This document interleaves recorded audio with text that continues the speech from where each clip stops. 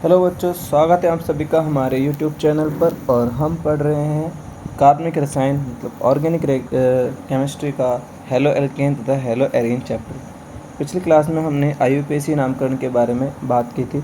आज हम IUPAC नामकरण से रिलेटेड कुछ क्वेश्चन जो अपनी NCERT बुक में है उनको डिस्कस करने वाले हैं।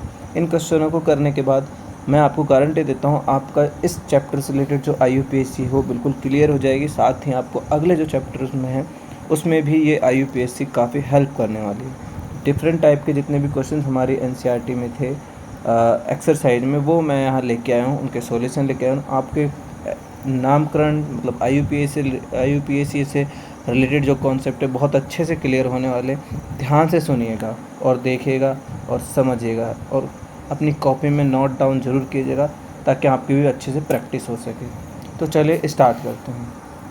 देखिए अपनी NCERT का एग्ज़ाम्पल नंबर 6.1 है ये, और जिसमें कहा गया है, देखिए जो एग्ज़ाम्पल है उसमें कहा गया है कि C5H11Br अणुसूत्र वाले 8 संरचनात्मक समाअवयव की संरचना बनाइए। और आपको क्या करना है, IUPAC नाम भी लिखना है और आपको ये भी बताना है कि कौन से 1 डिग्री हैं, कौन से 2 डिग्री और कौन से 3 डिग्री ब्रोमाइड है ना। आपको 1 डिग्री 2 डिग्री और 3 डिग्री में इनको वर्गीकृत भी करना है। अब इसके 8 समाअवयवी होते हैं। समाअवयवी का मतलब क्या होता है, ऐसे यौगिक जिनके अणुसूत्र समान होते हैं लेकिन उनकी संरचनाएं भिन्न भिन्न होती है। तो देखिए अब इनकी कौन कौन सी संरचनाएं हैं जो अलग अलग हैं और उनके क्या IUPAC नाम है, देखते हैं। देखिए यहाँ पर फर्स्ट आपके सामने है, ये बिल्कुल सिंपल है। देखिए एक एक करके ये यहाँ पर हमने देखा था कितने C5, तो सबसे पहले हमको 5 कार्बन 1 2 3, यहाँ पर ये नंबरिंग भी आप कर सकते हो 1 2 3 4 एंड 5। तो 5 कार्बन है, यहाँ साफ साफ लिखा हुआ है C5H11। अब H11 आप गिन भी सकते हो, देखो 3 3 2 5 5 2 7 7 2 9 9 2 11, तो 11 हाइड्रोजन है और एक Br है। तो हमारा ये फॉर्मूला एकदम सही है। ये फर्स्ट इसका समाअवयवी हो जाता है। इसका हमने IUPAC नाम दिया है 1 ब्रोमोपेंटेन। देखिए नंबरिंग हम कहाँ से करेंगे, नंबरिंग हम यहाँ से करिए। तो हमने काउंटिंग सिर्फ कार्बन की थी, लेकिन नंबरिंग की बात करें तो हमको नंबरिंग यहाँ से देनी पड़ेगी क्योंकि Br यहाँ पर प्रतिस्थापी है, तो इसको कम से कम नंबर मिलने चाहिए। तो इस तरह से यहाँ पर 1 ब्रोमोपेंटेन हो जाएगा। और जो ब्रोमो है, ये ब्रोमीन है, ये 1 डिग्री कार्बन से जुड़ा हुआ है, इसलिए हमने इसको 1 डिग्री कह दिया। फिर देखिए दूसरा जो इसका समावेश, इस बार हमने क्या किया है, ये जो Br था इसको पहले कार्बन से हटाकर दूसरे कार्बन पर लगा दिया है, इसलिए इसका नाम हो जाता है 2 ब्रोमोपेंटेन। क्योंकि 5 कार्बन है पेंटेन, सेकंड पोजीशन पर लगा है ब्रोमो, तो 2 ब्रोमोपेंटेन। लेकिन अब ये जो कार्बन हो जाता है ये हो जाता है 2 डिग्री। क्यों, क्योंकि एक कार्बन इससे ये जुड़ा हुआ है, एक कार्बन इससे जुड़ा है। इसके बारे में हम पिछली क्लास में बात पहले ही कर चुके हैं, 1 डिग्री 2 डिग्री और 3 डिग्री के बारे में, ठीक है। अब यहाँ पर देखिए, अब इस बार हमने क्या किया, इस ब्रोमो को हटाकर, ब्रोमीन को सेकंड कार्बन से हटाकर तीसरे कार्बन पर लगा दिया है। ये तीसरा कार्बन भी अभी भी 2 डिग्री है क्योंकि इससे 1 और 2 कार्बन ही जुड़े हुए हैं, लेकिन पोजीशन चेंज हो गई है, इसीलिए ये 3 ब्रोमोपेंटेन हो जाएगा। कार्बन अभी भी 5 है, 1 2 3 4 5 है ना, लेकिन सेकेंड डिग्री है ये। अब देखिए इस बार हमने क्या किया, अब अगर हम देखें जो Br है इसको 4th पोजीशन पर लगाएंगे तो हमको नंबरिंग यहाँ से स्टार्ट करनी पड़ेगी और ब्रोमो फिर सेकंड पोजीशन पाएगा। तो इस तरह से हमने 3 समाअवयव के बारे में बात की। अब देखिए अब क्या हो सकता है, अब हमने क्या किया, एक CH3 को इस कार्बन पर लगा दिया। अब ये जो कार्बन हो जाता है ये 3 डिग्री कार्बन हो जाता है। कैसा कार्बन हो जाता है ये 3 डिग्री कार्बन है। और हमने और सामान्य जो नामकरण उसमें हम इसको आइसो ग्रुप भी कह देते हैं। क्या कह देते हैं, आइसो ग्रुप भी इसको हम कह देते हैं सामान्य परिभाषा में, ठीक है, वो सामान्य नामकरण में। अब देखिए इसको अगर हम जब नंबरिंग करते हैं तो हमारी जो मेन कार्बन श्रृंखला है उसको हमको यहाँ पहचान में, तो हमारी जो मेन कार्बन श्रृंखला होती है उसको हमको मैक्सिमम कार्बन का ध्यान रखना पड़ेगा कि उसमें मैक्सिमम कार्बन हो सके। तो देखिए इसमें 4 कार्बन आ रहे हैं, ये यहाँ पर मेन कार्बन श्रृंखला हो जाएगी। और एक जो ये CH3 आपको दिख रहा है ये भी यहाँ पर प्रतिस्थापी के रूप में रहेगा और Br भी प्रतिस्थापी के रूप में रहेगा। तो अब हमको नामकरण करते समय Br को नंबरिंग देनी पड़ेगी 1 ब्रोमो, क्योंकि अल्फ़ाबेटिकली Br पहले आता है ना, तो 1 ब्रोमो और 2 3 तीसरे कार्बन पर मैथिल जुड़ा है इसलिए 3 मैथिल, और 4 कार्बन 1 2 3 4 कार्बन है ब्यूटेन। अब देखिए हमको ये 1 डिग्री 2 डिग्री और 3 डिग्री पता कैसे करना है। अब 3 डिग्री से मैथिल कार्बन जुड़ा है इसलिए ऐसा नहीं कि हम 3 डिग्री, हमको बी आर का ध्यान रखना है कि जो ये बी आर है किस कार्बन से जुड़ा है। तो जो बी आर है ये 1 डिग्री कार्बन से ही जुड़ा हुआ है इसलिए हमने यहाँ 1 डिग्री लिखा हुआ है, ठीक है। उसके बाद देखिए अगला कार्बन की बात करते हैं, अगले समावयव की बात करते हैं। तो अगले समावयव में क्या होता है कि ये हमारी मुख्य कार्बन श्रृंखला हो जाती है। देखिए ये समूह पिछले वाले प्रोडक्ट में कंपाउंड में भी था यानी यौगिक में भी था, लेकिन बी आर को इस बार हमने पहले कार्बन से हटाकर दूसरे कार्बन पर लगा दिया। इसका नाम इसलिए हो जाता है 2 ब्रोमो, दूसरे कार्बन पर लगा है, 3 मैथिल, तीसरे पर मैथिल लगा है, 4 कार्बन 1 2 3 4 4 कार्बन ब्यूटेन। और इस बार जो बी आर है वो 2nd डिग्री कार्बन पर जुड़ा हुआ है इसलिए इसको हमने 2nd डिग्री कह दिया। फिर देखिए अब हमने बी आर को यहाँ पर ऐड कर दिया, कहाँ पर ऐड कर दिया है, इस तीसरे कार्बन पर बी आर को ऐड कर दिया इस तरह से। तो अब दोनों प्रतिस्थापी जो हैं वो समान कार्बन पर आकर जुड़ गए हैं, ये भी और ये भी दोनों। लेकिन अब जो ये कार्बन हो जाता है ये कैसा हो जाता है 3 डिग्री हो जाता है। कैसा हो जाता है 3 डिग्री कार्बन हो जाता है। अब ये हो जाता है 3 डिग्री कार्बन हो जाता है इसलिए हमने यहाँ लिखा भी है कैसा है 3 डिग्री कार्बन है। अगर हम इसका नामकरण करेंगे, इस बार हम नामकरण ऐसे करें 1 2 3 4 है ना। तो 4 कार्बन की कार्बन श्रृंखला इसलिए हमने यहाँ पर पहले ही इसको ब्यूटेन लिख दिया है, ये ब्यूटेन हो गया है ना। और दूसरे कार्बन पर ही मैथिल जुड़ा हुआ है, दूसरे कार्बन पर ब्रोमो इसलिए 2 ब्रोमो और 2 मैथिल कहा गया, 2 ब्रोमो 2 मैथिल ब्यूटेन। फिर अगला समावयव देखते हैं। अगले समावयव में हमने क्या किया, तो ये जो कार्बन आपको दिख रहा है अभी ये वाला हमारी मेन कार्बन श्रृंखला हो जाती है। अब ये हो जाती है हमारी मेन कार्बन श्रृंखला। इस बार ये 3 कार्बन की है तो 2 मैथिल समूह जो है यहाँ पर क्या है प्रतिस्थापी ग्रुप। अब जो ये कार्बन हो जाएगा ये हो जाएगा 4 डिग्री। क्यों हो जाएगा, क्योंकि यहाँ पर 4 कार्बन इस एक कार्बन से जुड़े हुए हैं, लेकिन बी आर किससे जुड़ा हुआ है 1 डिग्री से। तो इसको तो हमको क्या कहना पड़ेगा, ये 1 डिग्री ही है ना। लेकिन बी आर पहले कार्बन पर जुड़ा है तो बी आर तो हो जाएगा 1 ब्रोमो, और दूसरे कार्बन पर 2 मैथिल समूह जुड़े हुए हैं इसलिए 2 2 डाई मैथिल यहाँ पर हमने लिख दिया है नाम। और 3 कार्बन 1 2 3 के लिए हमने यहाँ पर प्रोपेन यहाँ मुख्य कार्बन श्रृंखला हो जाती है, ठीक है। आगे चलते हैं।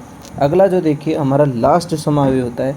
अब से पहले हमने CH3 यहाँ लगाया था, इस बार हमने CH3 इसके बिल्कुल पास में ले गए हैं और ये कार्बन श्रृंखला हो जाती है 4 कार्बन की, इसलिए हमने देखो पहले लिख दिया ब्यूटेन है ना। और यहाँ ऐड हो चुका है CH3, तो ये एक प्रतिस्थापी हो जाएगा। ये कौन से कार्बन पर है, जुड़ा है दूसरे, पहले पर बी आर जुड़ा है तो बी आर पहले पर है, सेकंड पर मैथिल है और 4 कार्बन इसलिए ब्यूटेन आ गया। अब और ये है कैसा, ये भी 1 डिग्री, क्योंकि बी आर किससे जुड़ा है 1 डिग्री से। तो देखिए इस तरह से हमने 8 समाअवयव के बारे में बात की, सबकी स्ट्रक्चर को हमने एक एक करके देखा और सबके नाम भी एक साथ हमने देखे और सबको हमने कैटेगराइज भी किया है कि कौन सा देखो 1 डिग्री है, कौन सा 2 डिग्री है और कौन सा यहाँ पर एक स्ट्रक्चर हमारे पास 3 डिग्री भी है। तो इस तरह से हमने 1 डिग्री 2 डिग्री और 3 डिग्री में भी इनको वर्गीकृत कर दिया। अब देखिए कुछ यहाँ पर स्ट्रक्चर्स हमको दी गई हैं हमारे NCERT में, और वो जो स्ट्रक्चर्स हैं ये देखिए यहाँ पर ये स्ट्रक्चर्स हमको NCERT में उदाहरण 6.2 में दी हुई हैं स्ट्रक्चर्स हैं। ये स्ट्रक्चर हमको दी हुई हैं। हमको क्या करना है, इनका IUPAC नाम बताना है। तो देखिए इनका IUPAC नाम कैसे होगा। इस बार हमको डबल बॉन्ड दिया हुआ है। याद रखेगा जब भी डबल बॉन्ड किसी कार्बन श्रृंखला में आ जाता है तो जो प्रतिस्थापी होते हैं उनसे ज़्यादा वैल्यू हम डबल बॉन्ड को देते हैं। जब भी हम नंबरिंग करने वाले होंगे हमको किसका ध्यान देना पड़ेगा, यहाँ पर हमको डबल बॉन्ड का ध्यान देना पड़ेगा कि डबल बॉन्ड को नंबर कम से कम मिलना चाहिए। अब देखो यहाँ पर अगर हम बात करें, अगर यहाँ से मान लो हमें नंबर स्टार्ट कर दे 1 2 3 4 है ना, और ये एक और कार्बन श्रृंखला हो जाती। कार्बन श्रृंखला इस बार याद रखना इस तरह से होगी है ना। यहाँ पर जो कार्बन श्रृंखला है वो 5 कार्बन की होने वाली है ना। तो ये जो नाम आपको दिख रहा है ये एकदम गलत नाम हो जाएगा। क्यों हो जाएगा कि हमको ये भी ध्यान देना है कि इसमें मैक्सिमम कार्बन नंबर होने चाहिए। देखिए सही नाम कर देते हैं यहाँ पर, ये नाम को यहाँ से मिटा देते हैं। हमको जो ठीक करना है वो उस पर ध्यान देते हैं। देखिए नंबरिंग कहाँ से होगी, नंबरिंग होगी यहाँ से, यहाँ से नंबरिंग स्टार्ट होगी 1 2 3 4 एंड 5। हमको डबल बॉन्ड को कम से कम नंबर देना पड़ेगा। अगर मान लो हम यहाँ से नंबरिंग करते, इसको नंबर 1 देते, इसको 2 देते, इसको यहाँ 2 देते, इसको 3 देते और इसको यहाँ 4 एंड 5 देते, तो क्या होता, डबल बॉन्ड को यहाँ से नंबर मिल रहा था 3 और यहाँ से डबल बॉन्ड को नंबर मिल रहा है 2। तो हमको नामकरण में ध्यान देना है कि जो डबल बॉन्ड है उसको कम से कम नंबर मिलना चाहिए। इस चीज़ का ध्यान रख के हम इसको नाम, इसलिए हमको पूरा का पूरा नाम अब देखिए दोबारा करेंगे, ध्यान देना है अब इस पर आपको। यही चीज़ें हैं सीखने की जो आपको सीखनी है। देखिए ये हो जाती है कार्बन श्रृंखला, और इसको भी यहाँ से मिटा, ये लीजिए अंदर, ये क्या है, ये है प्रतिस्थापी। ओह शिट, ये हो जाएगा प्रतिस्थापी, ये प्रतिस्थापी। अब देखिए इसका नाम देते हैं। यहाँ पर हमने क्या देखा कि दूसरे कार्बन पर डबल बॉन्ड है, और यहाँ पर देखिए ये चौथा कार्बन है। कौन सा कार्बन है, ये चौथा कार्बन, ये कार्बन नंबर 4। तो 4 कार्बन पर क्या जुड़ा है, Br। तो 4 ब्रोमो, 4 ब्रोमो। पूरी कार्बन श्रृंखला कितने नंबर की कार्बन की है, 1 2 3 4 5, 5 कार्बन की है। 5 कार्बन की पूरी श्रृंखला है। तो यहाँ पर देखिए सेकंड कार्बन पर डबल बॉन्ड है, तो हमको ध्यान देना पड़ेगा कि यहाँ पर पेंटेन, दूसरा नंबर देना पड़ेगा 2 इन में यहाँ लिख देता हूँ, है ना, इन देना पड़ेगा क्योंकि डबल बॉन्ड तो मतलब एल्कीन बन जाता है। अगर ट्रिपल बॉन्ड आएगा तो एल्काइन बन जाएगा। इसके बारे में हमने पहले बात की हुई है। अब देखिए ये दूसरी स्ट्रक्चर आ जाती है। अब इस दूसरी स्ट्रक्चर में भी देखिए हमको मैक्सिमम कार्बन नंबर लेने यहाँ पर, हाँ, तो ये हमारी मुख्य कार्बन श्रृंखला हो जाएगी। ये रही हमारी मुख्य कार्बन श्रृंखला जो कितने कार्बन की बनी है, 4 कार्बन की बनी है। देखिए अब हमको नंबरिंग वही डबल बॉन्ड को ध्यान रखते हुए देनी पड़ेगी।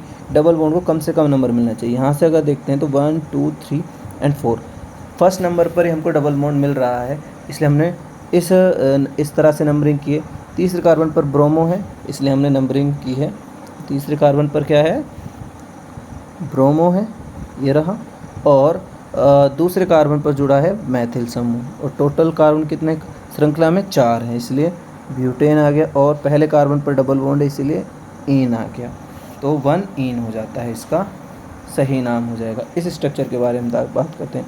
तो इस स्ट्रक्चर में भी हमको मैक्सिमम कार्बन श्रृंखला चुननी है जिसमें अधिक से अधिक हम नंबर दे सकें। तो वही एक कॉन्सेप्ट हमको बार बार ध्यान रखना है, एक तो मैक्सिमम नंबर होने चाहिए कार्बन श्रृंखला में, और जो डबल बॉन्ड है उसको कम से कम नंबर मिलना चाहिए। अगर हम मान लो यहाँ से नंबर देते तो इसको 1, इसको यहाँ पर हम 2 देते और इसको 3, तीसरे कार्बन को हम डबल बॉन्ड आते, लेकिन यहाँ से देखते हैं तो हमको दूसरे कार्बन पर ही डबल बॉन्ड मिल जाता है। तो इधर से नंबरिंग बिल्कुल सही रहेगी, है ना, मतलब लेफ़्ट साइड से नंबरिंग सही रहेगी। तो हमको देखो दूसरे कार्बन पर क्या मिलता है, ब्रोमो मिलता है ना, सॉरी 4 कार्बन पर क्या मिलता है, ब्रोमो, इसलिए हमने लिखा हुआ है 4 ब्रोमो, 4 ब्रोमो हो गया। और तीसरे कार्बन पर मैथिल है, 3 मैथिल। और 5 कार्बन है, 1 2 3 4 5, 5 कार्बन है। और डबल बॉन्ड कौन से पर है, पहले कार्बन पर, सॉरी दूसरे कार्बन क्या है, डबल बॉन्ड है, इसीलिए 2 इन हो गया। इस तरह से इसका IUPAC नाम हो जाता है। फिर नेक्स्ट स्ट्रक्चर के बारे में बात करते हैं। यहाँ पर हमारी कार्बन श्रृंखला ये रही, और इसमें भी हमको डबल बॉन्ड को ध्यान, अब देखो यहाँ से दें या इधर से दें, मतलब लेफ़्ट से दें या राइट से दें, दोनों में ही डबल बॉन्ड का जो कार्बन है वो सेकंड पोजीशन पर आ रहा है। इधर से देंगे तो भी सेकंड, तो इसलिए अब हम नंबरिंग उस दिशा से देंगे जहाँ पर हमको प्रतिस्थापी को भी हम कम नंबर दे पाएँ, है ना। तो यहाँ पर हम देखते हैं इधर 2 प्रतिस्थापी जुड़े हुए हैं, तो हम यहीं से नंबर देना स्टार्ट करेंगे। तो देखिए इस बार हमने 1, पहले कार्बन पर ब्रोमो है इसलिए लिख दिया 1 ब्रोमो, और दूसरे कार्बन पर मैथिल है इसीलिए इसको कह दिया 2 मैथिल। और 4 का 1 2 3 4 4 कार्बन है इसलिए ब्यूटेन, और दूसरे कार्बन पर डबल बॉन्ड है तो 2 इन, ब्यूटेन 2 इन हो जाएगा ये। इस तरह से इसका क्या हो जाएगा, ये नाम हो जाएगा। उसके बाद देखिए नेक्स्ट जो हमारी ये स्ट्रक्चर है इसके बारे में देखते हैं। कितने कार्बन के, 4 कार्बन के। तो ये 4 कार्बन की स्ट्रक्चर है। यहाँ पर अगर हम देखें नंबरिंग करते हैं तो इधर से करें, मतलब लेफ़्ट से करें या राइट से करें, बात एक है, दोनों पर ही जो कार्बन है डबल बॉन्ड है उसको 2 नंबर मिलने वाले, तो हम यहीं से करेंगे। इसको 1, इसको क्या देंगे, इसको 1, इसको 2, इसको 3 एंड इसको 4। पहले कार्बन पर क्या जुड़ा है, यहाँ पर जुड़ा हुआ है ब्रोमो, पहले कार्बन पर जुड़ा हुआ है ब्रोमो, और कोई प्रतिस्थापी है नहीं, इसलिए 4 कार्बन आ गए, ब्यूटेन आ गया, और दूसरे कार्बन पर डबल बॉन्ड इसलिए 2 ईन आ चुका है। ठीक है, तो ये हो जाएगा इसका नामकरण हो जाएगा। उसके बाद देखिए नेक्स्ट स्ट्रक्चर के बारे में देखते हैं। ये हमारे नेक्स्ट स्ट्रक्चर, इसमें भी हम देखते हैं तो हमको ये मेन कार्बन श्रृंखला प्राप्त होती है। क्या मिलती है, मेन कार्बन श्रृंखला। इसमें भी डबल बॉन्ड को फर्स्ट नंबर देंगे, तो तीसरे कार्बन पर हमको ब्रोमो मिला इसलिए 3 ब्रोमो, दूसरे कार्बन पर मैथिल मिला इसलिए 2 मैथिल, और 3 कार्बन है इसलिए प्रोपेन 1 ईन है।